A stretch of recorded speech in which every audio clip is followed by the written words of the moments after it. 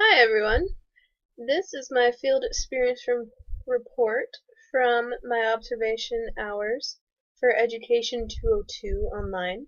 My name is Sierra Knight, and enjoy my little journey through my observation time. My observing hours took place at Eagle Hill Elementary. My teacher was Mr. Brian Fisher, and he runs a 4th grade classroom. He has 30 to 35 students, but I didn't get the actual amount because I forgot to count. This is going off of counting his table groups. So his classroom setup has 6 table groups. There are numbers hanging above each one, as he uses these for center rotations and things so that students know where to go. There are computers along the back wall, which are used for a lot of assignments and supplemental curriculum. There is a sink and cubbies along the front wall with the door that goes outside for the recess. There's a teacher's desk and the Promethean board along one side that faces all the students, and then bookshelves and extra seating options on the opposite wall. What I mean by extra seating is that he has director's chairs and like bean bags or banana chairs that he lets the kids sit on. And they like to do those because, I mean, why wouldn't you want to sit in one of those instead of sitting at your desk? Anyways, the classroom routine starts with their daily jobs. So all the students have to fill out a job application to get these jobs, and then they all have a bank account on a piece of paper, and they have to keep records with them. So every time they are paid for their jobs or some other way of getting their fake money, such as assignments, extra bonus assignments, or whichever, they keep track of how much they make, and then the teacher allows them to do a class store, which I never got to witness, but I'm sure it's just like toys or things like that, and they can spend their money, but they have to keep it all written down and keep track of their bank accounts. So examples of the daily jobs in the morning are 2 boys come in and they take attendance and they take the lunch orders to send them to the cafeteria. And someone is in charge of the projector, others are in charge of getting the seats out and making sure everything's ready. At the end of the day, they are in charge of cleanup and like erasing the boards, making sure certain things are off, making sure iPads are plugged in, things like that. So after the daily jobs are all set, there are announcements. They listen to the school announcements and do the pledge, and then the teacher has his announcements for what the day is going to go like. And he writes down his assignments on a board, and he explains what those are. He uses a rotation system, so it'll say like rotation 1, rotation 2, PE, rotation 3, recess, or reading groups or math groups. They collaborate with the other grade or other classrooms in their grade levels. And then they break off to their centers for the learning. And these centers can include iPad supplemental stuff with Think Through Math or Myon, which is a reading program.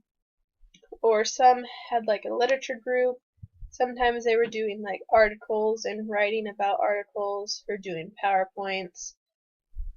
Others did some book work or reading, and then there's always one that's called Math with Mr. Fisher, and that's where 4 to 6 students sit with him, and he goes over a topic and explains them in many different ways to make sure everyone knows how to do things.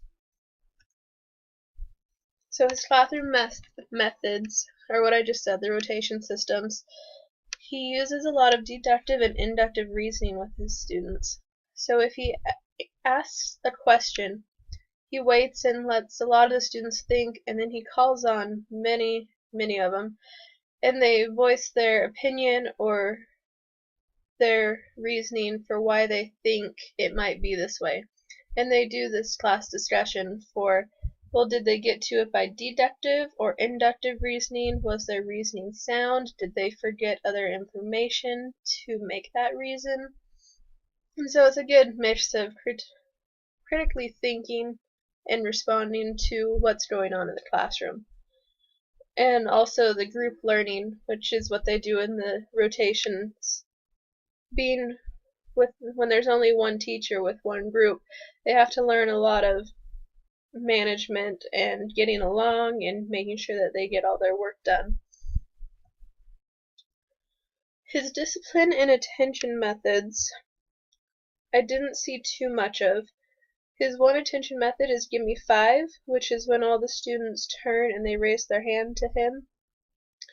He didn't have to use it too much because it seems that his classroom is total chaos, but as soon as he speaks, all of them quiet down and they listen to exactly what he says. I wasn't there for the beginning of the semester, so I don't know how he established that, but it's very impressive with how they respond so quickly. And if the students are having issues with each other, they do the discussions with the teacher and they try to come to a middle point, like where they both a compromise, that's what I mean, with the teacher. He tries to make them learn how to work through things, and if they can't, then he asks them for mediators or people that witness certain things to get all the viewpoints of everyone, or all the viewpoints of the problem to solve it, which I was impressed with. And then also they get privileges taken away. So if a student's acting out and they're not doing what they need to, or if they're distracting everyone else, they'll get a recess taken away or their time on the iPads or whatever taken away. For technology, they use it a lot. That is their basis of curriculum in this classroom. There are 6 laptops that have touch screens that the students use. There are 10 iPads, 6 desktop computers, the smartboard, the Promethean board that they can write on, and it is connected to the computer so they can bring up videos or articles or other announcements, things on that. They also have the Apple TV so that they can make videos and then through their iPads project them onto the monitor. It's all very cool. Almost all of their learning is with the laptops and iPads and things with supplemental curriculum like the Mayan reading and Think Through Math, and they do a lot of other things like learning about how to make brochures and PowerPoints. There's always some sort of student on a technology device. So, in answering some of my other classmates' questions, besides teaching, what are some things that a teacher has to do throughout their day or week? This was just overwhelming, watching my teacher, all the things that he had to do. And I just saw little bits of it that he would work on while the kids were like in PE or in recess. So some of the extra duties I've listed out are grades, class organization, like seating charts and making sure the new students have the correct folders and information. He makes a news flyer, which he sends to the parents. He was writing a grant to get books for literature studies, and he makes documents and prints them and hands them out to the other teachers. He spent time finding extra curriculum to help teachers be able to find a new way to teach their own students. He had a closet that he got a lot of books out of when I was there. He plans the lessons, he controls and disciplines the students. He's also a crossing guard certain days of the week after school, and he has to attend collaboration meetings on Wednesday mornings. So how did observing change or not change my perspective on classroom management? Being homeschooled, I personally had no idea what classroom management looked like, except from the movies, and my sister is a teacher in high school, so I understood that, but never at an elementary level. So my first day, it just seemed like total chaos, because the students are very responsible of everything they have to do, and they're always moving around and getting different things. And with his classroom, they're allowed to sit in the different chairs I described, the banana chairs. They're allowed to move around. They could go to snacks whenever they wanted. So it was kind of a chaotic management, but it seemed to work for them. So I guess there are many different ways of management that I didn't know about. Like I went to another teacher's classroom for a brief time, and she has everything very methodical. It's like very organized and structured and thought out, and every day there's like this list of exactly what they're doing. I didn't watch any other parts of it, but I can tell that there's a lot of different classroom management styles. There's not just one, and that's the biggest thing that changed my perspective on that.